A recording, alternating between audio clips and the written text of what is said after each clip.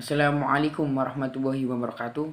Perkenalkan, nama saya Fakim Arif dari 2KPIB. Saya perwakilan dari kelompok hadis 2 yang membahas tentang kedudukan Nabi SAW sebagai nabi akhir zaman. Kelompok saya terdiri dari Muhisatul Askinuah, Alfi Ikfina, Faisal Rahman, dan saya sendiri Fakim Arif. Di sini saya akan membacakan hadis riwayat Tirmidzi kitab Roya Bab Zahab An-Nubuwah, hadis riwayat Tirmidzi nomor 2198. Bismillahirrahmanirrahim. Hadatsana Hasan bin Muhammadin Zahfarani, hadatsana Affan bin Muslimin, hadatsana Abdul Wahid yakni Ibn Zaid, hadatsana Al-Muhtarani Ibn Fulfuli, hadatsana Ang Sa'ubna Maliki qala Rasulullah sallallahu alaihi wasallam, inna rasulata wal nubu qada'at fala rasula ba'di wala nabi qala fasawqa dalika 'alan nasi faqala lakinal mubasharata qala ya Rasulullah wa mal mubasharata qala zaidal muslimina wa hiya zuza min adzanil nubuwati wa fil babi anni abi hurairah wa khudayfi min bani asidi wa ibni abasa wa kurzi wa abi asidi qala hada si hasan sahih khair bu min hadal wajhi min hadisil Muhtarani ibni Fulful. Artinya, telah menceritakan kepada kami Al-Hasan bin Muhammad Zahfarani, telah menceritakan kepada kami Affan bin Muslim, telah menceritakan kepada kami Abdul Wahid bin Ziyad, telah menceritakan kepada kami Al-Muhtar bin Fulful, bahwa Anas bin Malik telah menceritakan kepada kami, dia berkata bahwa Rasulullah SAW bersabda, risalah dan kenabian telah terputus, maka tidak ada Rasul dan Nabi setelahku. Anas berkata, hal itu memberatkan orang-orang. Lalu beliau bersabda, akan tetapi yang ada adalah mubasyirat. Para sahabat bertanya, apa yang dimaksud mubasyirat wahai Rasulullah? Beliau menjawab, mimpi seorang muslim adalah salah satu dari sekian bagian kenabian. Dan dalam bab ini ada hadis dari Abu Hurairah, Uzzafiyah bin Azid, Ibnu Abbas, Ummu Qursi, dan Abu Zaid. Abu Isya berkata, hadis ini Hasan Sahih Gharib dari jalur sanad ini dari hadis Al-Muhtar bin Fulful, hadis riwayat Imam Ahmad, Tirmidzi, dan Al-Hakim. Hadis Tirmidzi nomor 2198. Rawi Anas bin Malik. Muhaddis Al-Wa'di nomor 95. Syarh hadis 78748. Hukum hadis sahih karena semua perawi sikoh. Sekian presentasi dari saya. Selanjutnya akan dilanjutkan oleh teman saya.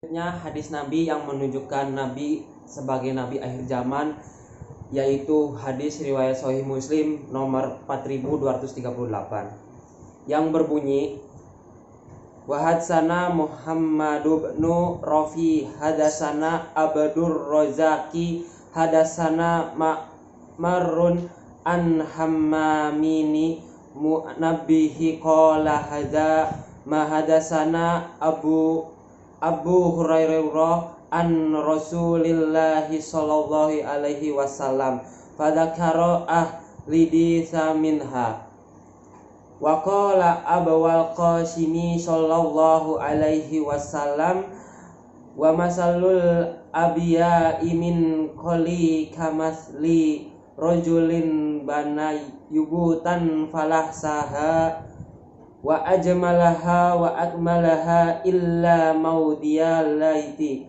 min zaiyatin min zawayaha faja'alan nasu yatawufuna wa yujibuhum lan buyunu fayaqulunal wasataha hunna lainatan fayatimma bu'ayyanaka faqala Muhammadu sallallahu alaihi wasallam faqumtu annal labihi. Takdir hadis Muslim nomor 4238, rawinya yaitu Abu Hurairah.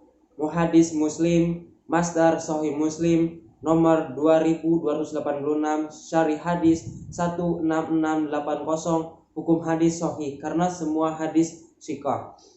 Rasulullah SAW mempunyai dua perawi, yaitu Anas bin Malik dan Abu Hurairah. Anas bin Malik meriwayatkan kepada Al-Muhtar bin Fulful kemudian Abdul Wahid bin Ziyad, kemudian Affan bin Muslim, kemudian Al-Ahsan bin Muhammad bin Al-Zafarani. Abu Hurairah meriwayatkan kepada Hamam bin Munabih, kemudian Ma'mar, kemudian Abdul Razak, kemudian Muhammad bin Rafi, kemudian Muslim. Penjelasan hadis riwayat Tirmizi 2198, yaitu hadis tersebut menerangkan tidak akan ada lagi nabi setelah Nabi Muhammad SAW, melainkan mimpi yang baik al-mubasyirat. Pertama, bahwa kenabian itu murni hibah, pemberian atau anugerah dari Allah. Kedua, kenabian itu salah satu dan tidak bisa dibagi, karena itu tidak ada istilah mendapat setengah kenabian atau sepertiga kenabian, termasuk tidak ada 1/66 kenabian. Karena itu ketika ada orang yang mengalami mimpi benar, bukan berarti itu tanda bahwa dia memiliki 1/46 kenabian atau 1/46 bagian dia menjadi nabi. Ketiga, bahwa mimpi manusia biasa bukan wahyu. Mimpi karena itu apa yang dilihat para nabi dalam mimpi adalah perintah atau realita yang akan terjadi atau berita dari Allah.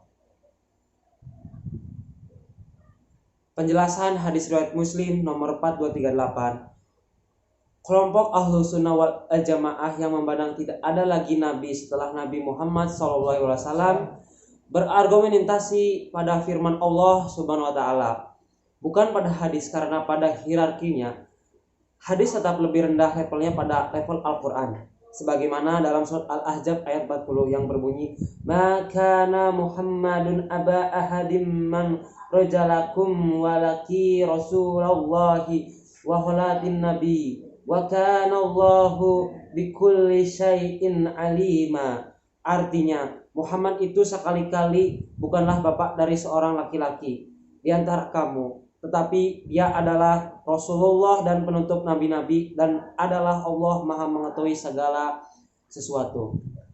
Selanjutnya akan disampaikan oleh teman saya. Kemudian dalam ayat yang lain disebutkan bahwa kenabian Nabi Muhammad SAW tidaklah berjarak jauh dengan kerasulannya, di mana setelah 5 ayat dari surat Al-A'la diterima di Gua Hiro, sebulan kemudiannya beliau menerima surat Al-Mudaththir yang resmi mengandung perintah untuk menyampaikan dakwah Islam kepada khalayak ramai, meskipun dengan cara sembunyi-sembunyi. Perintah itu sebagai salah satu indikator kerasulannya, bukan saja dia seorang nabi. Kata nabi dan rasul dipergunakan secara bergantian dalam Al-Quran. Membedakannya dilihat dari artinya, di mana nabi berarti pemberita yang menekankan kesanggupannya menerima berita ilahiyah atau wahyu, sedangkan kata rasul menekankan pada misinya untuk menyampaikan risalah atau nubuah kepada manusia. Walaupun rasul atau utusan ada kalanya bukan manusia, melainkan juga bukan malaikat. Cap kenabian atau penutup para nabi ditandai dengan diberikan kepadanya sendiri mukjizat seperti perjalanan di luar kebiasaan manusia, menembus alam musyahadah, amthal, malakut, dan alam jabarut, sehingga kembali pulang ke Mekah dengan menerima sholat sebagai media ritual yang menghimpun berbagai intisari ritual yang pernah diberikan kepada Rasul sebelumnya. Nabi sebagai pemberita telah menghabarkan berita di luar alam fisik, yakni metafisik, penuh imanen dan transendental yang lolos diuji coba oleh tokoh para kafir Mekah dengan meminta bukti kebenaran perjalanan seperti berapa jendela Masjid Al-Aqsa dan menunjukkan data lain sesuai permintaan penyoal dan pembantah. Semuanya ini hanya ada pada seorang nabi istimewa. Para nabi selalu memberikan ruang bagi kebebasan, kehendak, dan keputusan. Menjadi seorang nabi bukan karena ia ingin jadi nabi. Apabila ada orang yang ingin menjadi nabi, maka ia bukanlah nabi, karena nabi adalah pilihan Tuhan. B. Hadis riwayat Musnad Ahmad bin Hambal, Marwiyat Anas bin Malik, nomor 13416. Bismillahirrahmanirrahim. Haddatsana Muhammad bin Ja'far, haddatsana Syu'bah, an Qatadah qala sami'tu Anas bin Malik yuhadditsu qala Rasulullah sallallahu alaihi wasallam, Ma min nabiyyin illa waqad anzara ummatahul a'warul kafir. Ala innahu a'war wa inna rabbakum laysa bi'a'war. Maktubun baina 'ainaihi kaf fa ra. Yang artinya, telah menceritakan kepada kami Muhammad bin Ja'far, telah menceritakan kepada kami Syu'bah bin Hajjaj berkata, telah memberikan kepada kami Syu'bah dari Qutadah berkata, saya telah mendengar Anas bin Malik menceritakan hadis berkata, Nabi Muhammad SAW bersabda, tidak ada satu nabi pun kecuali mengingatkan umatnya mengenai yang buta sebelah lagi pendusta. Ketahuilah, dia itu buta sebelah, sedang Rabb kalian tidaklah buta sebelah. Tertulis di matanya, kafaroh. Hajjaj berkata alias kafir. Takhrij hadis Musnad Ahmad bin Hambal nomor 13416. Rawi yaitu Anas bin Malik, muhaddits yaitu Syu'aib, masdarnya yaitu Takhrij Musnad nomor 13925. Hukum hadis yaitu dari segi status hadis Musnad Imam Ahmad terdapat perawi yang kurang dobit, yaitu Muhammad bin Ja'far. Ulama bernama Abu Fat Asdi mengatakan beliau soduk. Maka hadis tersebut berkualitas hasan karena didukung oleh jalur sanad lain. Bagan dari hadis Musnad Ahmad bin Hambal yang pertama yaitu dari Rasulullah SAW, kemudian ke Anas bin Malik, lalu ke Syu'bah bin Hajjaj, kemudian ke Muhammad bin Ja'far, dan yang terakhir ke Musnad Ahmad bin Hambal. Penjelasan hadis di atas. Yang pertama, dalam kitab Tafsir Al-Manar, beliau mengatakan bahwa keburukan terbesar Dajjal adalah beliau membawa syariat hukum-hukum yang baru. Sedangkan Al-Quran adalah petunjuk terbesar dan sunnah Rasul adalah penerang bagi Al-Quran. Keduanya sudah mencukupi bagi petunjuk dan keperluan sekalian manusia. Oleh karena itu, Muhammad bin Abduh mengatakan Dajjal membawa kufarot. Yang kedua, fitnah Dajjal merupakan fitnah yang paling besar sejak Allah menciptakan Adam sampai hari kiamat. Karena Allah menciptakannya dengan memiliki kemampuan yang luar biasa yang tidak bisa dicerna oleh akal manusia. Dajjal itu bermata satu atau buta sebelah. Dengan kemampuan yang dimilikinya, ia mengaku dirinya sebagai Tuhan. Ia memiliki surga dan neraka, tetapi neraka miliknya adalah surga, sedangkan surga miliknya adalah neraka. Ia dapat memerintahkan langit agar menurunkan hujan dan memerintahkan bumi agar menumbuhkan tanaman.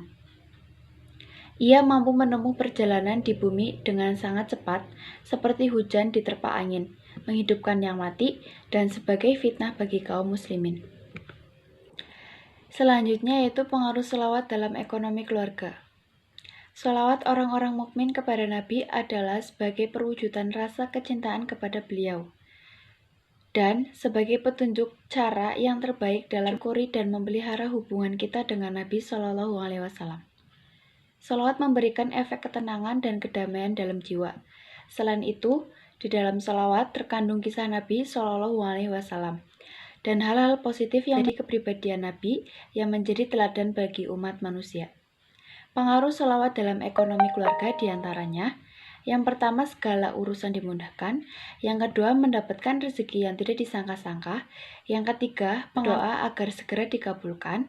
Yang keempat, terhindar dari rasa takut dan kelaparan. Dan yang terakhir, selalu merasa cukup dengan apa yang dimiliki. Sekian presentasi dari kelompok kami mengenai kedudukan Nabi sebagai Nabi akhir zaman. Mohon maaf jika masih terdapat kekeliruan dan salah-salah kata. Wabillahi taufik wal hidayah. Wassalamualaikum warahmatullahi wabarakatuh.